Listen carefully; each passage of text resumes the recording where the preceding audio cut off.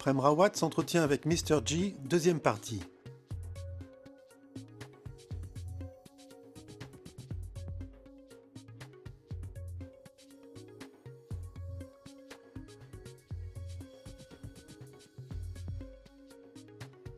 Prem Rawat à Londres, Royaume-Uni.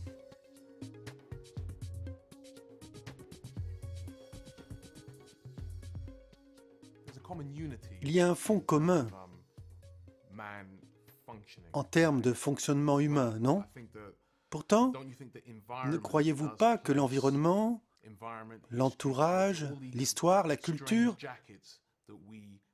nous collent toutes sortes d'étiquettes bizarres dès la naissance, non?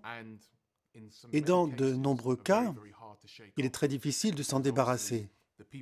Car bien sûr, ceux qui vivent en haut de la colline regardent ceux qui sont en bas, et c'est ça qui les sépare.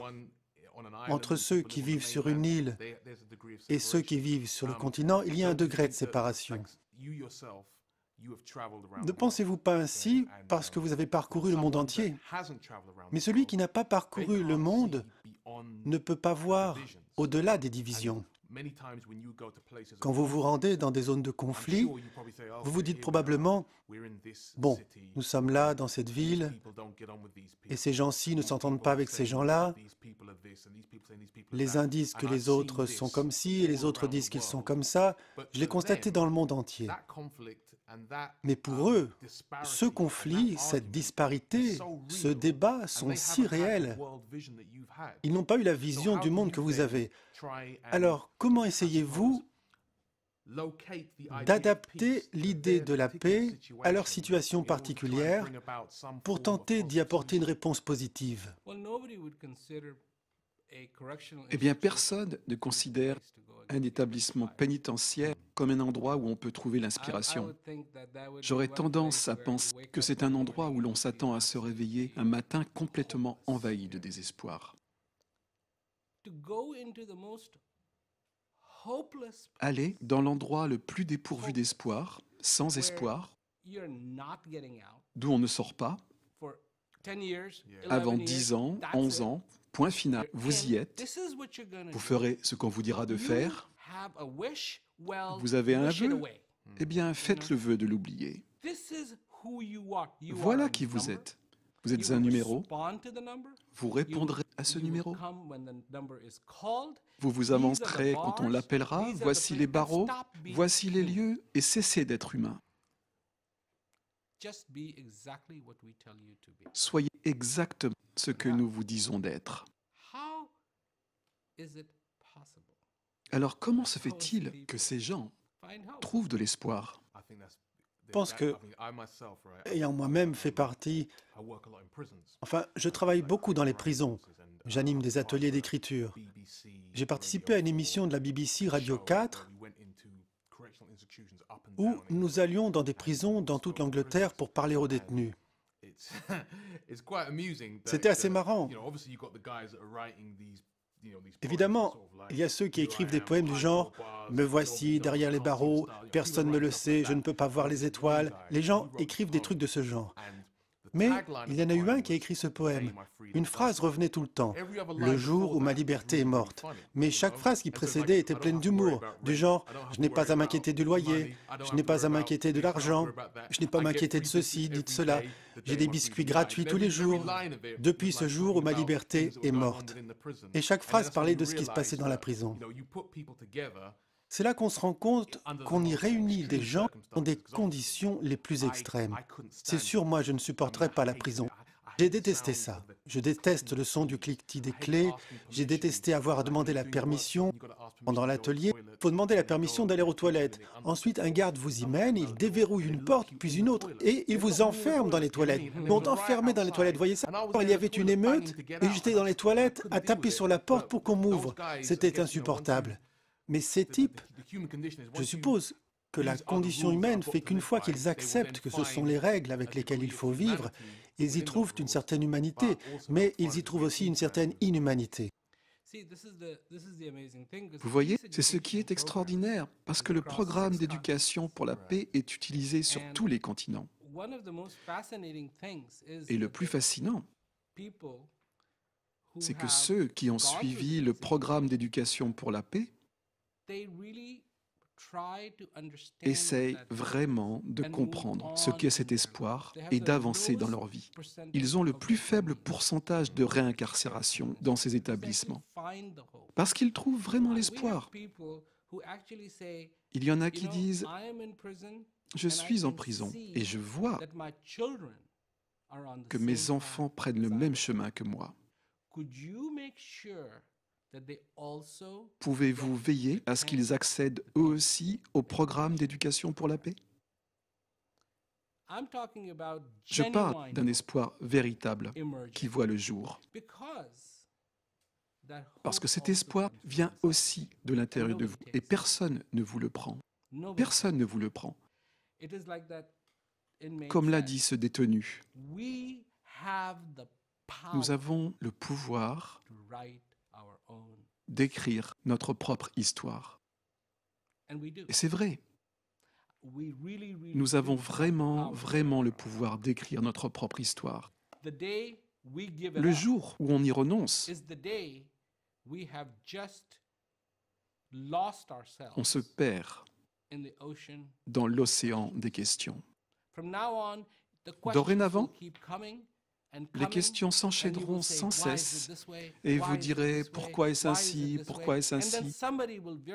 Ensuite, il sera très facile à quelqu'un de vous dire « Vous savez quoi? C'est votre karma, c'est votre destinée, c'est votre ceci. » Toutes ces explications commencent à apparaître. Et je dis « Non, non, non, non, non. Vous avez le pouvoir d'écrire votre propre histoire. Écrivez, écrivez, écrivez votre propre histoire. L'histoire qui est la vôtre n'a pas besoin d'alphabet. Elle peut s'écrire avec un stylo qui n'a pas besoin d'encre, sur un papier qui vient non pas d'une pâte à papier, mais de votre cœur.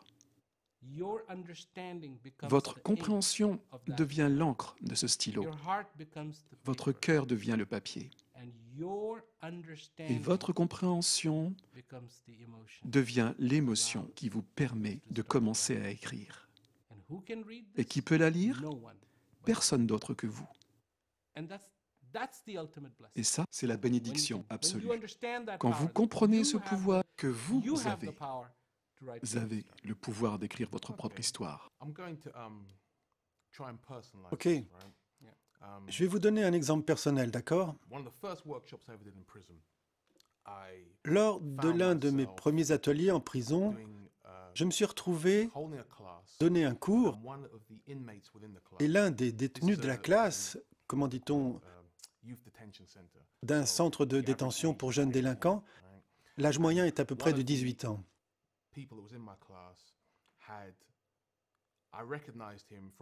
J'ai reconnu l'un des participants car je l'avais vu dans le journal pour le crime qu'il avait commis 1 an ou 2 auparavant.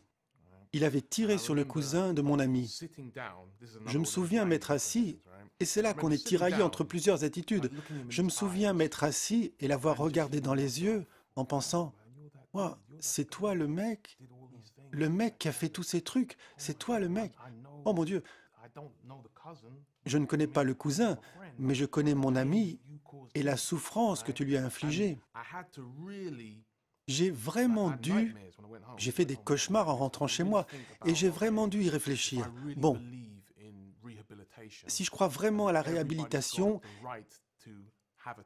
et que tout le monde a droit à une chance d'être réhabilité, je dois mettre de côté mes jugements moraux et devenir poète.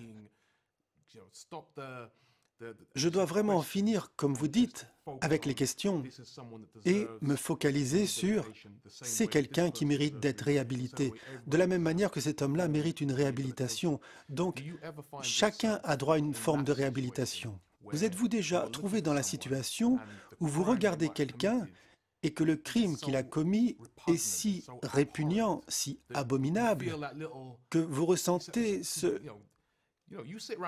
Voyez, vous êtes à côté de quelqu'un qui a assassiné plusieurs personnes. Vous ne pouvez pas dire que vous ne vous sentez pas en danger. Vous voyez ce que je veux dire? Ça vient de lui. Comment réagiriez-vous, vous qui proposez une idée de la paix, si vous appreniez qu'un individu a commis un acte qui fait écho à quelque chose que vous avez vécu ou vu dans le passé, ça vous obligerait presque à modifier vos propos, non? Tout d'abord, cette personne a commis cet acte odieux parce qu'elle ne pensait pas avoir le pouvoir d'écrire sa propre histoire. Elle pensait, c'est comme ça, voilà comment ça se passe, le monde entier est contre moi, et ça je le sais, je vais dans des prisons,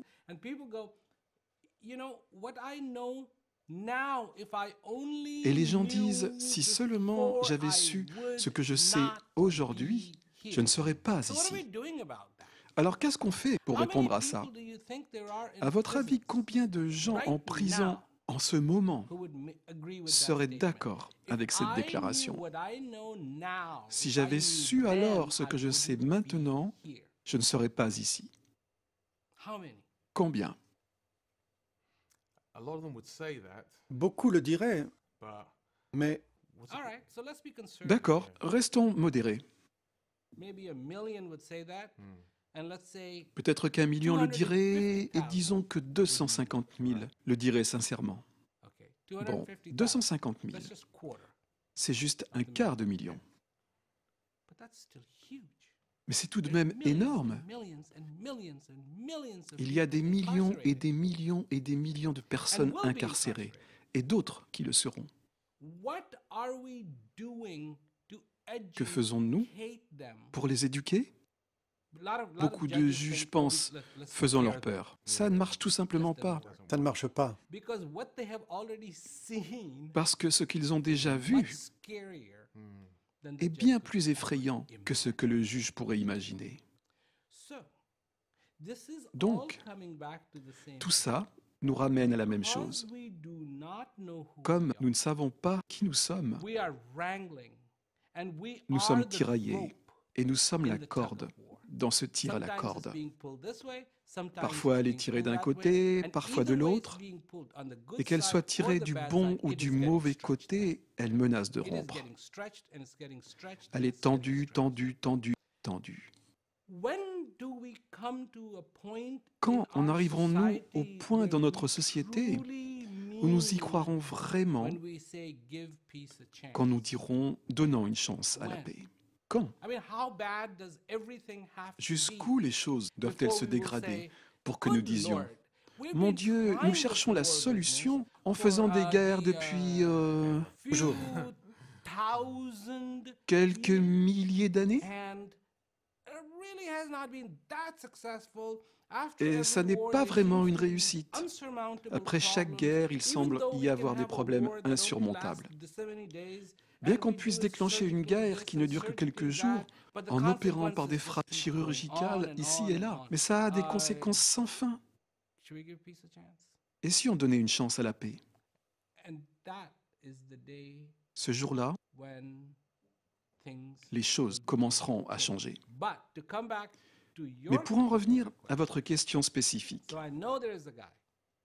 donc je sais que le type assis là a peut-être tué mon meilleur ami. Il l'a tué de sang-froid pour de l'argent. En fait, je suis allé dans un pays dont je ne mentionnerai pas le nom. Je suis allé dans ce pays et ma fille aînée était avec moi. Elle n'avait que quelques mois. Nous étions là en touriste et nous voulions aller visiter un endroit et nous nous sommes retrouvés là. Pas une bonne idée. Soudain, un type arrive et nous menace d'une arme à feu en disant « Enlevez tous vos bijoux ». Il a récupéré tous nos appareils photo. Il nous a fait mettre face à un mur.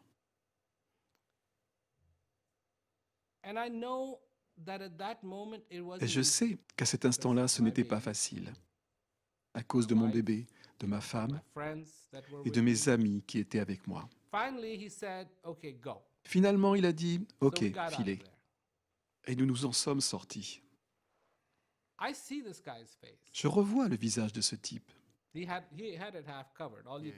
était à moitié caché et on ne voyait que ses yeux. Je revois le visage de ce type. Je dois vous dire une chose. Nous sommes partis et sommes rentrés à l'hôtel. On est allé au salon, on s'est assis, et notre première réaction fut d'être si reconnaissant d'être encore en vie. Donc, au bout de quelques années, est-ce que je vais aller le voir et lui dire « Oh, tu en avais bien plus besoin que nous. C'était pour ça, donc c'est bien. » Non, ce n'est pas bien. Ce n'est pas bien. C'est mal. Mal, mal. Mais devrais-je me permettre de dire à ce type qu'il a tort? Parce qu'il sait qu'il a tort. Il le sait. Ou devrais-je lui dire, écoute, tu dois vraiment te ressaisir dans la vie. Ce n'est pas ce que tu veux être. Ça ne va pas. En fait, il y a une petite histoire que je peux vous raconter qui est vraiment arrivée à quelqu'un. Il était représentant et faisait du porte-à-porte. Il avait un sac à dos. Et dans ce sac à dos, il y avait des publications de mes discours, des vidéos et ce genre de choses. Donc il avait des publications et il faisait du porte-à-porte. Quand soudain, il se rend compte qu'il n'a plus son sac à dos. Quelqu'un lui a volé. Tout ce qu'il possède est dans son sac à dos, alors il part à sa recherche. Il cherche. Ça se passait dans un quartier de la ville assez douteux. Finalement, il voit un type assis là avec son sac à dos, en train de lire les publications. Il s'avance et lui dit « Hé, c'est mon sac à dos. Tu me l'as volé. » Le type répond « C'est la meilleure chose que j'ai jamais volée. » Nous devons comprendre que les gens sont capables de changer. Les gens sont capables de changer, à condition que nous comprenions dans cette société, vraiment, qui tient les rênes de cette société. Je n'en ai pas la moindre idée. C'est une bonne question. Le comble, ça ressemble à ça. Un tas de gens marchent et quelqu'un demande à ceux qui sont à l'arrière « Où allez-vous » On ne sait pas, mais on y va. Il y a des gens devant. Là où ils vont, on y va. Alors il va trouver ceux qui sont devant et leur demande « Vous êtes les meneurs. Où amenez-vous tous ces gens qui vous suivent ?» Ben, on ne sait pas. Ils nous suivent, alors tant qu'ils nous suivent, on continue. Qui est le suiveur? Qui est le meneur? Qui comprend les êtres humains? Nous n'avons pas de respect pour les êtres humains. Voilà la société que nous avons créée. Que vaut un être humain? Rien, rien. Et tu ne penses pas comme moi? Je vais te tuer. Tu ne penses pas comme moi? Je vais te tuer. Tu ne crois pas en mon Dieu? Je vais te tuer. Tu ne me ressembles pas? Je vais te tuer. C'est incroyable, le monde dans lequel nous vivons. Oh là, ça ne va pas. Qu'est-ce qui est bien? Ressentir la paix, comprendre votre dignité, comprendre que vous avez le pouvoir d'écrire votre propre histoire et que le pouvoir d'écrire votre propre histoire ne vient pas de moi, mais de la bouche d'un détenu. Voilà une autre chose que je trouve très... La façon que nous avons de nous dévaluer. Nous donnons de la valeur à des choses qui sont censées être des reflets de la nature. Par exemple, pendant le jubilé de diamants de la reine, ils ont fait une émission où ils ont montré tous ces diamants, vous voyez, et ils disaient « ce diamant est d'une grande rareté, ce diamant n'a aucun défaut ». Ils le qualifiaient de diamant parfait. Ils ont ensuite commencé à expliquer qu'un diamant, c'est du carbone compressé durant des centaines, des milliers, des millions et des milliards d'années. Et je me disais, peut-être que dans 1 milliard d'années, nous serons tous un diamant. Nous tous, dans un petit diamant où il y aurait les blancs, les noirs, les musulmans, les juifs, les chrétiens, les hindous, les bouddhistes, tout le monde, tous compressés. Et ce sera alors le seul moment où les gens nous accorderont de la valeur. Vous voyez ce que je veux dire? Ou quand il s'agit de la toile de Van Gogh, Les Tournesols. Oh, Van Gogh a peint ses tournesols. Waouh, c'est si beau. Léonard de Vinci a peint la Joconde. Waouh. Si une personne ressemblant à la Joconde venait s'asseoir ici, on la mettrait gentiment dehors. Une fleur de tournesol pousse, personne ne va la regarder avec le même émerveillement qu'en regardant une toile de Van Gogh. Un œuf de Fabergé, si on nous apporte un vrai œuf, on est incapable d'en créer un. Seule une poule peut le faire, pas vrai? On est incapable de créer un vrai œuf. Pourtant, si on nous en apporte un, on dit « Ne m'ennuyez pas avec ça, je veux celui de Fabergé ». Vous voyez ce que je veux dire? Donc, à mon avis, il est vraiment très facile de se laisser distraire par les futilités. Mais les futilités deviennent de plus en plus réelles. Elles prennent de plus en plus d'importance, jusqu'au point où quelqu'un vous dévalise ou vous tue pour des choses qu'il pense que vous possédez, comme si les posséder allait le rendre heureux ou lui apporter une satisfaction. Il était insatisfait avant de vous voler et il ne sera sans doute pas plus satisfait après vous avoir volé, parce qu'alors il aura peur qu'un autre lui vole à son tour ce qu'il vous a volé. Quel monde étrange! Dites-moi un peu plus sur la Journée internationale de la paix. La Journée internationale de la paix est faite pour que les gens reconnaissent, pour qu'ils comprennent l'importance de la paix. Je pense qu'elle devrait avoir lieu tous les jours. Mais au moins, pendant une journée, les gens peuvent se rassembler et dire « Vous savez quoi? Qu'ai-je fait pour la paix aujourd'hui? Qu'avez-vous fait pour la paix aujourd'hui? Et qu'avons-nous fait pour la paix aujourd'hui ?» Et en reconnaître l'importance et tout ce qui peut nous le rappeler. Nous avons besoin qu'on nous rappelle chaque jour, absolument chaque jour, à quel point la paix est importante. Et sans la paix, que devient notre société? Que l'on parle de l'économie ou de quoi que ce soit d'autre, tout s'effondre. J'y réfléchissais. C'est comme pour ces films. S'il y a des scènes osées, ils disent « Ce film s'adresse aux plus de 18 ans, les moins de 18 ans n'ont pas le droit de le regarder. » Puis j'ai pensé, et ils envoient de jeunes enfants là où il y a la guerre, et là, pas de censure. Oui, la violence est plus acceptable que le sexe. Oui, je parle aussi des films violents. On prend de jeunes enfants innocents qui n'ont jamais été confrontés à ce niveau de violence, et tout à coup, ils sont propulsés sur une scène où c'est réel. Je parle des guerres où l'on tue des gens. Et ce n'est pas un jeu vidéo. Et pour recruter, ils disent « Si vous êtes fort à ce jeu, vous devez être vraiment très bon. Engagez-vous dans l'armée. » Mais ce n'est pas sur Mr. McGoo que vous tirez. Ce sont de vraies personnes. Et ils ont femmes et enfants. On les voit pleurer et on se dit « Mon Dieu, est-ce moi qui ai fait ça ?» C'est traumatisant, c'est un choc.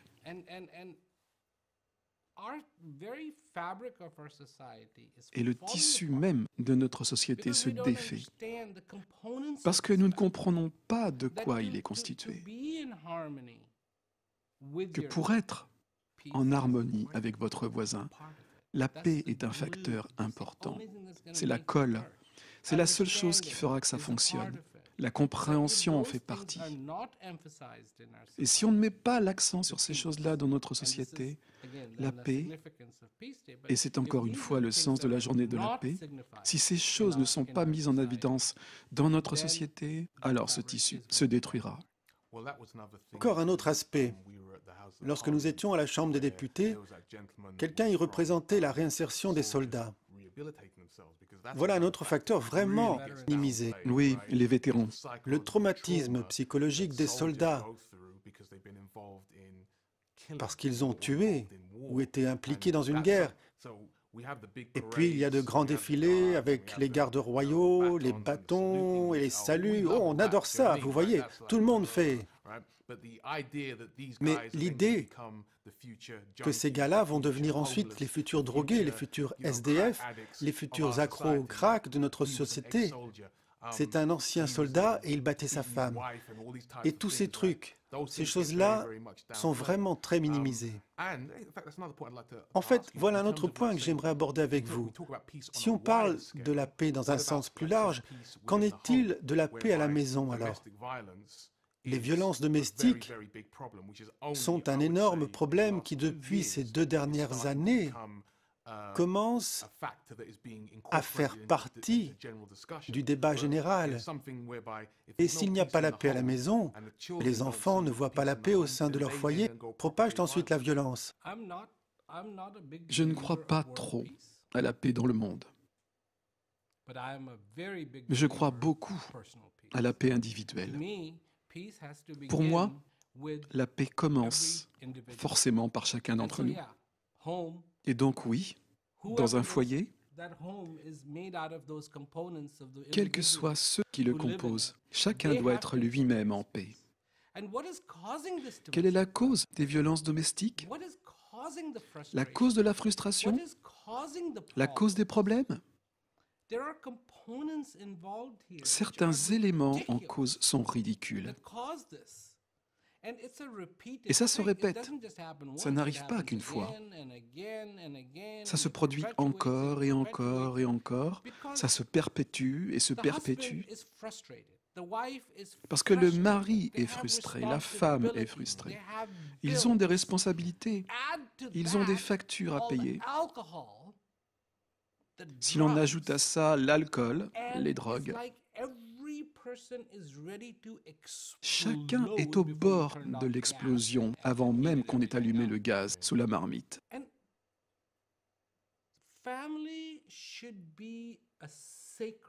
La famille devrait être une institution sacrée.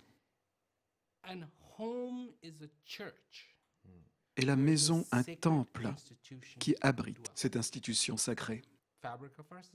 C'est le tissu de notre société. Tout à coup, on le voit s'effondrer et on s'inquiète. « Oh mon Dieu, ça ne va pas du tout. Les gamins vont en faire les frais. » Bien sûr que les gamins vont en faire les frais. Le mari en pâtit, la femme en pâtit, les voisins en pâtissent, la police en pâtit. Il y a tellement de télé-réalités où on voit sans arrêt toute cette violence, sans arrêt, sans arrêt, sans arrêt. Où est le respect pour l'être humain? Où est le respect pour l'épouse? Où est le respect pour le mari? Et très vite, ils adoptent le rôle de mari et femme et ne sont plus des êtres humains. Comment est-ce possible? Ce sont des êtres humains. Ce sont d'abord des êtres humains. Vous êtes un être humain. Je suis un être humain. Ces 2 personnes qui ont décidé de s'unir pour fonder une famille, il est très important qu'elles reconnaissent et comprennent qu'elles sont des êtres humains, que leurs enfants sont des êtres humains. Ce ne sont pas leurs enfants. Ce sont des êtres humains, ce sont les adultes de demain, ce sont les leaders de demain. Ce sont aussi ceux qui pourraient remplir demain les prisons. Ce n'est pas ce que vous voulez. Ce que vous voulez, c'est une société productive. Productive de quoi? Productive au moins de paix. Au moins d'une compréhension des êtres humains et du respect fondamental que méritent les êtres humains sur cette terre. L'une des fondations que j'ai créées, la fondation Prem Rawat, a pour devise dignité, le plus important, dignité, paix et prospérité. Commençons par la dignité. Notre société ne prend pas en ligne de compte la dignité. Qui êtes-vous? Qui êtes-vous? Parfois, dans un hôtel, je prends l'ascenseur vêtu simplement d'un polo et d'un pantalon. Ah, c'était donc vous? Et on me dit, attendez, attendez, sortez de l'ascenseur. Cet ascenseur est réservé pour quelqu'un d'important, sortez. Et je dis, je crois que c'est moi. Mais parce que je n'en ai pas l'apparence, je suis mis dehors. Ça, ce n'est pas comprendre un être humain. Ça, ce n'est pas un être humain qui en comprend un autre. Votre apparence, vos vêtements, votre coupe de cheveux. Qui êtes-vous? Qu'est-ce qu'un être humain? Un être humain n'est pas seulement la somme de ce qu'on voit avec nos yeux. Un être humain est beaucoup plus que ça. Un être humain, c'est aussi ce que l'on ressent. Vous réalisez sûrement qu'un défaut des êtres humains, c'est d'aspirer à un certain prestige. Le simple fait qu'on puisse se dire « je suis meilleur qu'un tel, je suis meilleur que lui Savez-vous comment tout a commencé? » J'adorerais le savoir. L'agriculture. Graines dans la terre, c'est ça? Oui. Quand on a commencé à cultiver la terre, tout ce que nous avons dans notre société a commencé par là. Ah, l'agriculture. Oui, quand on est devenu fermier, on a eu besoin de protection. On a eu besoin de protection, alors il y a eu des rois, des gens qui se battaient pour eux, qui les protégeaient, puis les routes, l'argent, tout, les transports, les communications, tout a commencé avec ces pratiques agricoles. Ah, ces fichus fermiers. Tout est de leur faute. Ils nous ont procuré de la nourriture en abondance, et c'est une bonne chose. L'agriculture, c'est formidable. Mais en même temps, ça m'est égal. On peut aller dans l'espace, j'adore la technologie. Aller dans l'espace, explorer, faire tout ça, formidable, fantastique. Mais n'oubliez pas les êtres humains. Apportez la dignité aux êtres humains. Apportez la paix aux êtres humains. Faites que ce qui est si important, le respect de chacun, soit un facteur essentiel. Pas juste un sujet de débat, quelque part. Mais faites qu'il devienne réel, qu'il devienne réel. Oui, cet enfant a besoin de respect. Cette mère a besoin de respect. Ce père a besoin de respect. Et tous ces titres qu'on attribue aux gens. Vous êtes professeur, vous êtes policier, vous êtes pilote, vous êtes avocat. Non, les êtres humains ne sont pas ça, ils sont bien plus que ça. Regardons toujours au-delà de ces petites étiquettes que l'on colle aux gens. Ces étiquettes nous font du mal. Elles ne nous aident pas. Oui, nous voulons du prestige. Mais il y a tant de choses dont nous pouvons être fiers. Que quelqu'un puisse simplement affirmer « Vous avez le pouvoir d'écrire votre propre histoire ».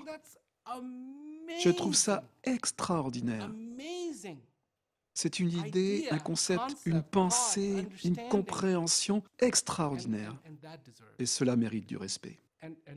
Et c'est vrai, nous avons vraiment le pouvoir d'écrire notre propre histoire.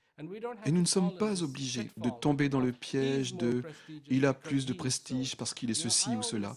Je dis toujours, chaque fois qu'un homme politique se rend dans un village en Inde, on nettoie partout.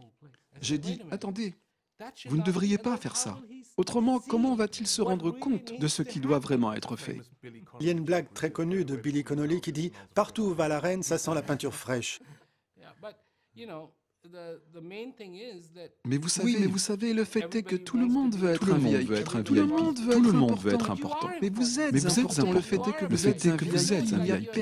Il n'y a personne d'autre comme vous sur Terre. Et il n'y aura jamais personne d'autre comme vous sur Terre. Vous êtes absolument unique. Vous êtes plus précieux que tout ce qui est considéré comme unique. Oh, merci beaucoup. C'est le cas pour chacun de nous, mais vous ne le savez pas. C'est dommage, c'est dommage. Vous devriez savoir que vous êtes unique. Il n'y a jamais eu, depuis Homo erectus, il n'y a jamais eu quelqu'un comme vous.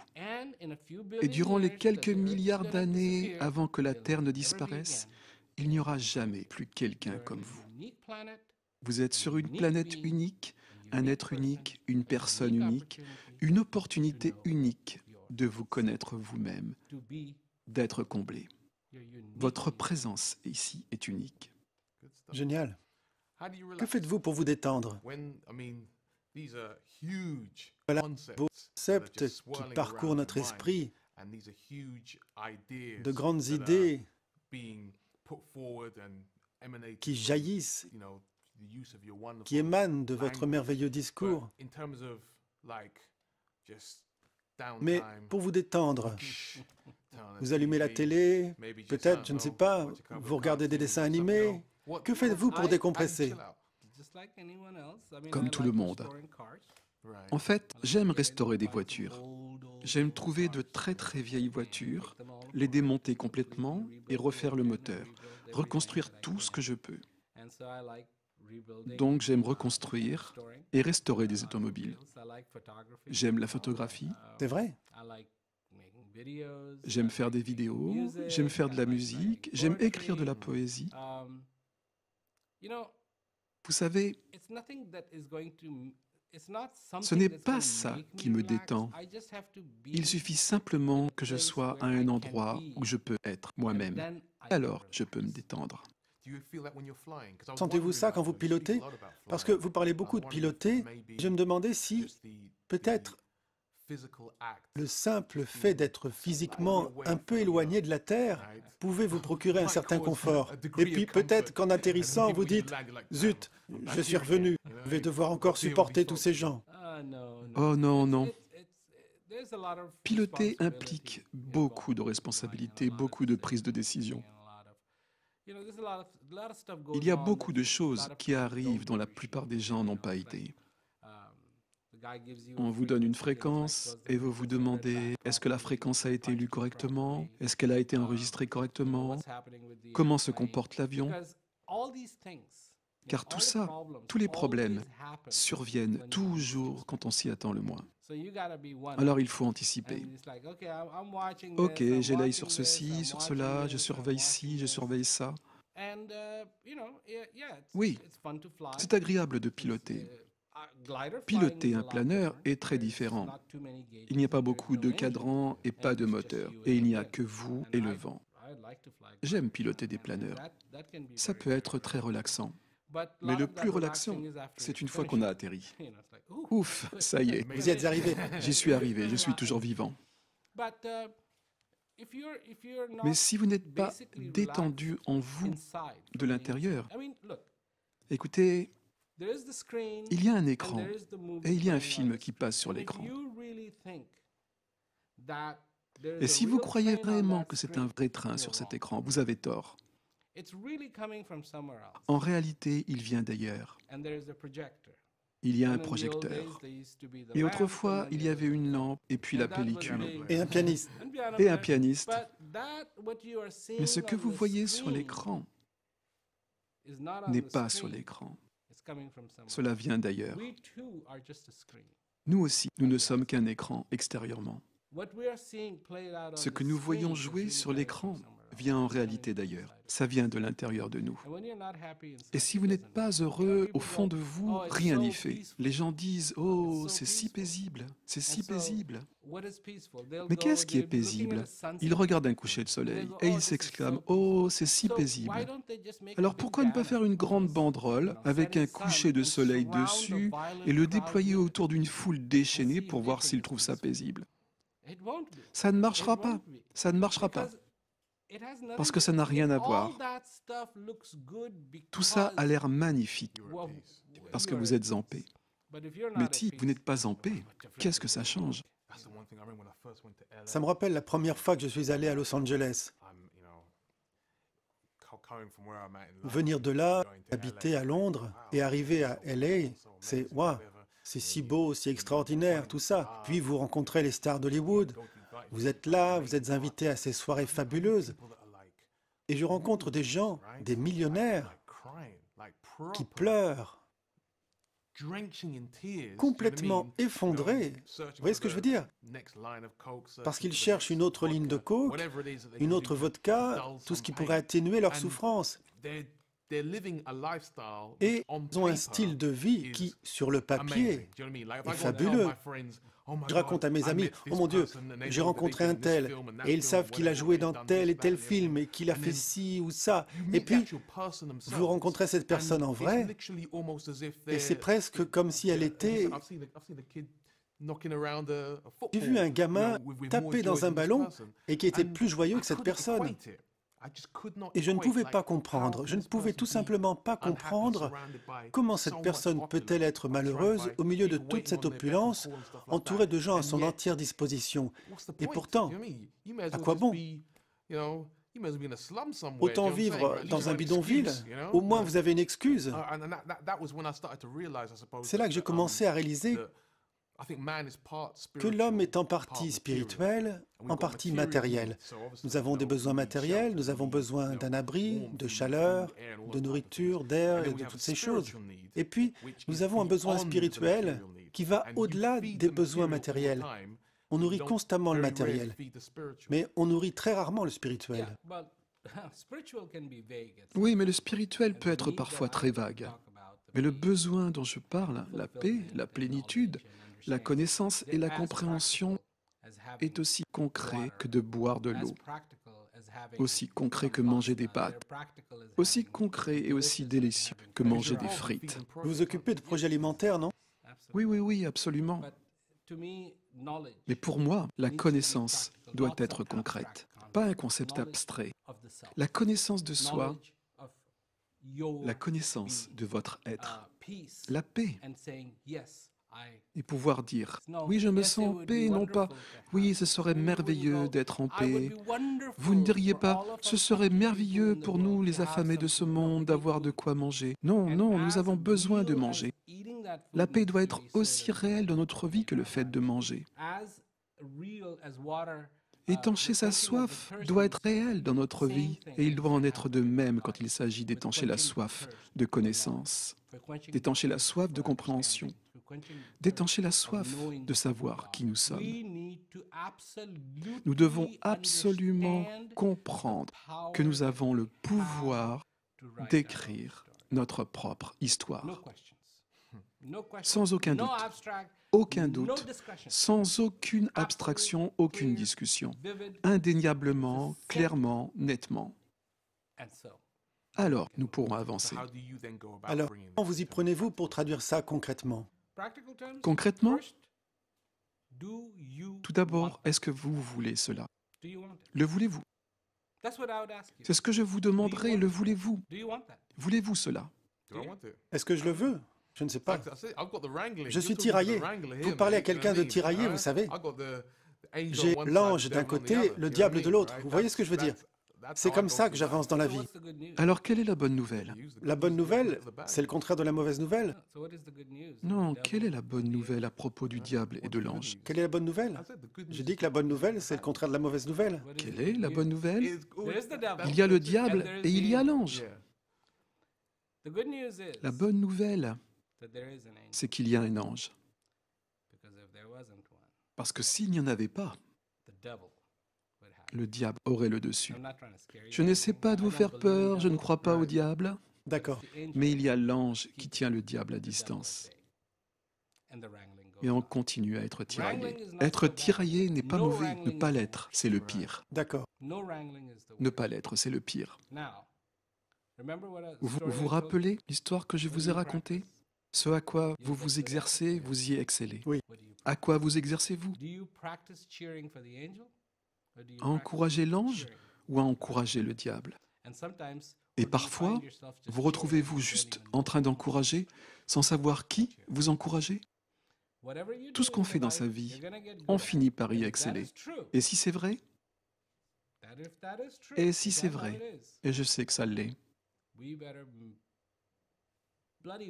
Nous avons sacrément intérêt à faire ce que nous voulons vraiment faire, en exerçant ce pouvoir d'écrire notre propre histoire.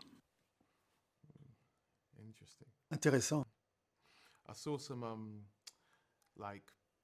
J'ai vu des photos de vous, car vous parlez depuis l'âge de 4 ans. Oui. Je revois une photo de vous.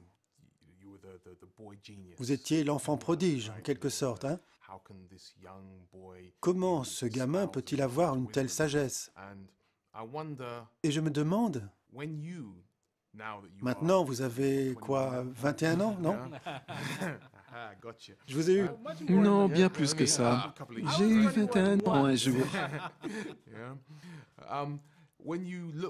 Quand vous regardez ce jeune garçon, je me demande, je me posais la question, quand vous le regardez, y a-t-il des paroles de sagesse ou de réconfort ou un conseil que vous donneriez si vous le pouviez à ce jeune garçon? Parce que je me demande, avez-vous le sentiment d'être passé à côté de l'enfance? Oui. Oui, j'ai eu une vie vraiment peu commune, très très particulière. Car dès que les vacances commençaient, les vacances d'été ou les vacances d'hiver, je partais en tournée. Et puis, la veille de la rentrée, je revenais juste à temps pour me procurer les nouveaux livres et des chaussures neuves, un nouveau cartable peut-être, si j'avais de la chance. Et le lendemain, j'étais à l'école et pas un mot de ce qui s'était passé. Parce que là, j'étais comme les autres enfants et c'était tout. Vous savez, on a des amis, on a ceci, on a cela. Et pour moi, c'était comme ça chaque année, chaque année, chaque année, chaque année. Et c'était la norme pour vous. C'était la norme. Alors, je peux comprendre pourquoi, quand vous regardez un enfant, peut-être vos propres enfants, je ne sais pas, mais peut-être les voyez-vous simplement apprécier la frivolité de la vie? Parce que c'est un poids énorme à porter dès l'âge de 4 ans. Oui, je suis grand-père à présent et je regarde mon petit-fils. Il fait ce qu'il a envie. Parfois, sa maman intervient et lui dit « Oh non, non, non, non, non ». Et je dis « Laisse-le vivre, laisse-le faire ce qu'il a envie. C'est important de faire ce qu'on en a envie. » Et apprendre dans la vie, c'est important. Et pour moi, d'une certaine manière, ça a été un si merveilleux privilège d'avoir pu dire aux gens que la paix est en eux, que la paix est importante et que sans elle, nous sommes incomplets, qui que nous soyons. Et quand je suis arrivé en Occident, on disait « Comment ce gamin peut-il parler comme ça ?» Même en Inde, il y avait souvent 4, 5, 6, 7 personnes qui disaient « Il ne parle pas, il ne parle pas, c'est du playback ». Ils ignoraient à quel point c'est difficile de faire du playback, mais ils disaient « C'est du playback ». Mais je ne faisais pas de playback. Et les gens, des adultes, disaient « Oh, c'est un imposteur, il est ceci et il ne va pas durer longtemps ». Et je fais ça depuis 52 ans. J'ai 56 ans. Et je fais ça depuis 52 ans. Je suis toujours là.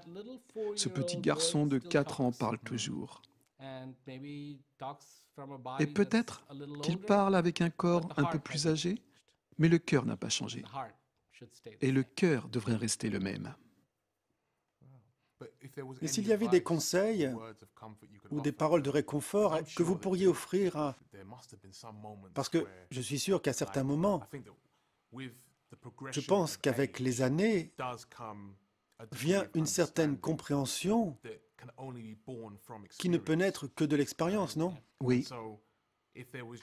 Donc, si vous aviez rencontré des obstacles ou d'autres choses, disons à 13 ans, et je ne sais pas, peut-être vous êtes-vous inquiété pour un bouton sur votre front, je ne sais pas du tout, mais vous voyez ce que je veux dire. Mais si vous aviez des paroles de réconfort à offrir, quand on voit ce petit garçon, parce que je vous vois, et vous étiez entouré de milliers de personnes, non? Et je me dis, moi je jouais avec des figurines de la guerre des étoiles à cet âge-là. S'il y avait des paroles de réconfort que vous pourriez offrir à ce petit garçon, que diriez-vous? Il y aura des bons moments, il y aura des mauvais moments. Tiens bon. Parce qu'en définitive, le bonheur que tu désires, tu le trouveras en toi. Il y aura des moments où tu seras déçu. Parce que quand on est un enfant de 8 ans, 7 ans, 8 ans, 9 ans, 10 ans, 11 ans, c'est à ce moment que les fondations sont posées. Les gens ne comprennent pas que les fondations sont alors posées. Si c'est un palais qui va être érigé ou un édifice qui va s'écrouler au bout de 2 jours, c'est à ce moment-là que ça se décide. Il est très très important qu'un enfant soit vraiment un enfant, quand il peut être un enfant. Ça ne va pas durer longtemps. Quand je regarde les enfants, ils ne sont plus des enfants. Leur corps est petit et ce sont déjà des adultes. Et s'il n'y a pas de fondation, cet édifice va s'écrouler. Et quand on voit les prisons, c'est la preuve manifeste qu'il y en a beaucoup qui s'écroulent. Les fondations censées avoir été posées par le père et la mère sont absentes. Les gens se marient, ils ont un enfant, et tout à coup, oh mon Dieu, quelle surprise! Qu'est-ce qu'on fait maintenant? Non. à mener une vie sur cette terre est une incroyable responsabilité. C'est tout simplement trop. Et tout ce qu'on a à faire, c'est simplement avoir de l'espoir. Avoir de l'espoir et comprendre qu'un jour, les gens commenceront à comprendre. Quand ils se verront comme ce petit de 4 ans, je vois ce petit de 4 ans et je me dis, tu sais quoi? Ta vie va être particulière, mais ça ira. Il y aura beaucoup de choses que tu n'auras pas, mais ça ira. Tout ira bien. Parce que tant que tu continueras à croire en ce que tu fais et que tu comprendras ce que tu fais, tout ira bien pour toi. Alors de bons moments, de mauvais moments, mais surtout de bons moments, et davantage de bons moments. Eh bien, Prem, merci beaucoup Merci. de m'avoir permis de, en quelque sorte, de côtoyer l'esprit du grand Prem Rawat. Merci beaucoup. Merci.